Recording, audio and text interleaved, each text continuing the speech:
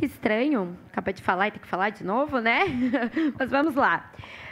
Queria falar rapidinho sobre as universidades federais. Só acho que não está passando o tempo, presidente.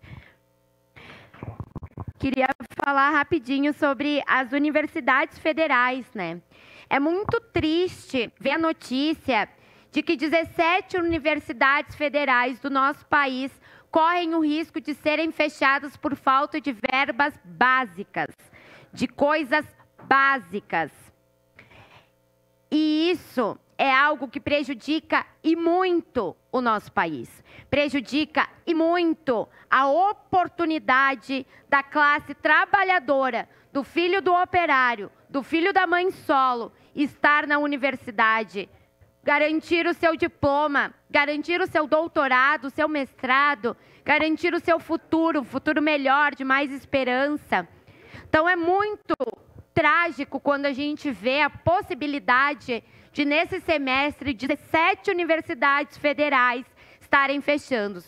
Universidades essas que foram criadas durante os nossos governos. Os governos Lula, que possibilitaram que milhões de brasileiros e brasileiras entrassem e ingressassem no ensino superior, o que é, infelizmente, uma raridade, o que é exceção à regra. E, na verdade, deveria ser a continuidade de um ensino público de qualidade. Então, por que isso acontece? O Ministério da Educação tem um corte de 6 bilhões neste ano, comparado ao ano passado.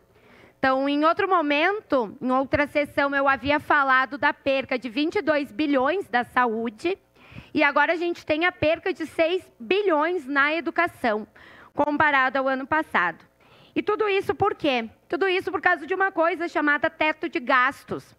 Gastos estes que são assistência, saúde, educação, que na verdade, no meu ver, são investimentos, deveriam ser vistos como investimentos, mas infelizmente pelo governo federal são vistos como gastos. O que é importante explicar aqui para a gente entender esse tema? O Banco Central aumentou a taxa da economia no último período. A gente tem o teto de gastos para pagar a dívida pública para o Banco Central. O Banco Central aumentou a taxa da economia. A cada vez que aumenta 1% da taxa da economia, aumenta a dívida pública para 34 bilhões. Então, cada vez que o Banco Central aumenta, 34 bilhões do dinheiro do contribuinte, da população brasileira, é entregue para o Banco Central. É retirado da educação, é retirado da saúde, é retirado da assistência.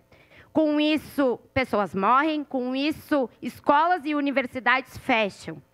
Então, eu queria deixar aqui registrado nos anais desta casa a minha tristeza com essa situação das nossas universidades federais e dizer que eu, vereadora Estela Balardim, sempre estarei em defesa da Universidade Federal para todos e todas, com ingresso, com capacidade de permanência.